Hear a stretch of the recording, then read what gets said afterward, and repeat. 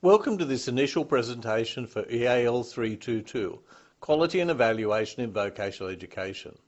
The first part of this presentation will be common to all of my units from here on in. Thereafter, the second part, which relates to Module 1, will be varied to fit the unit situation.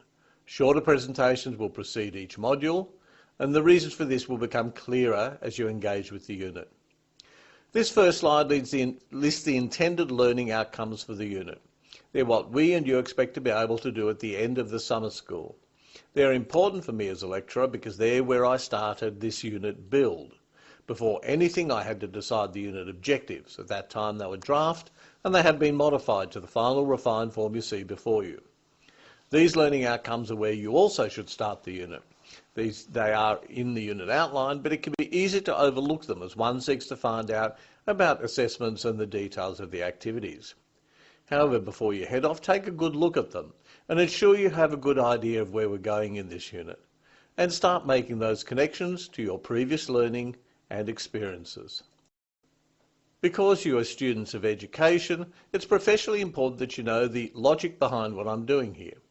The term constructive alignment was developed by John Biggs, a Tasmanian and a UTAS graduate. The concept isn't rocket science and is elegant in its simplicity and application. Biggs argues that for education to work, the intended learning outcomes, assessment, and teaching and learning activities need to be mutually self-supporting, just like a tripod.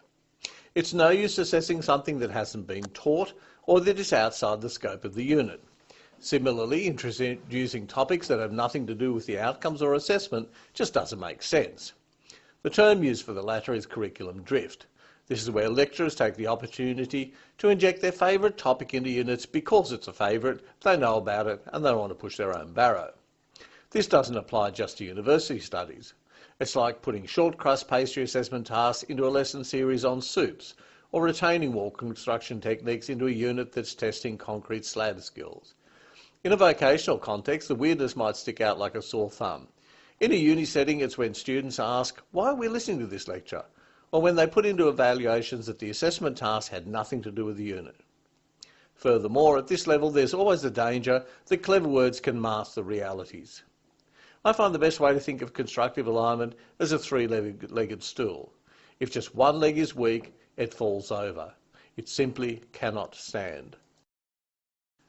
You have all come across UMAP previously. Essentially, it lays out all the key elements of a unit, from intended learning outcomes through assessment tasks, learning activities, professional teaching standards, and Australian Qualifications Framework outcomes. At this level and in this unit that talks about quality and evaluation, I think it's important that you have access to the UMAP for the unit, and you will be able to see the links right beside the one for this presentation. Take the opportunity to go to that link, to open it up, and see the connections between the various parts. As I've mentioned before, it all should connect. That's what quality is about. If something's out of place, then we can make a distinction in our evaluations of the unit between the design and the teaching, and thus respond accordingly.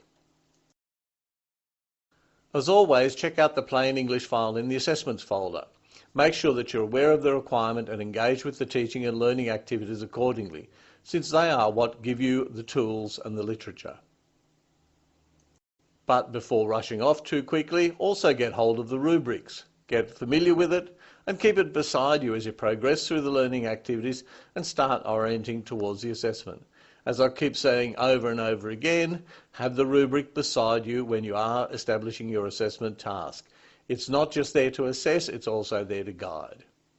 The assessment criteria align with the unit intended learning outcomes, whilst the descriptors in the rubric link in the learning activities. Please be aware that this unit is part of a student retention and engagement project run by the University of Tasmania. This will be evident to you through a quiz, the link for which is also beside this introductory presentation. If you don't do the quiz within the first week or so, you'll receive an automatic email asking if you're having difficulties. Then there may be a reminder a couple of days later. If you still haven't come on board, then you may get a call from student support to see if you are okay.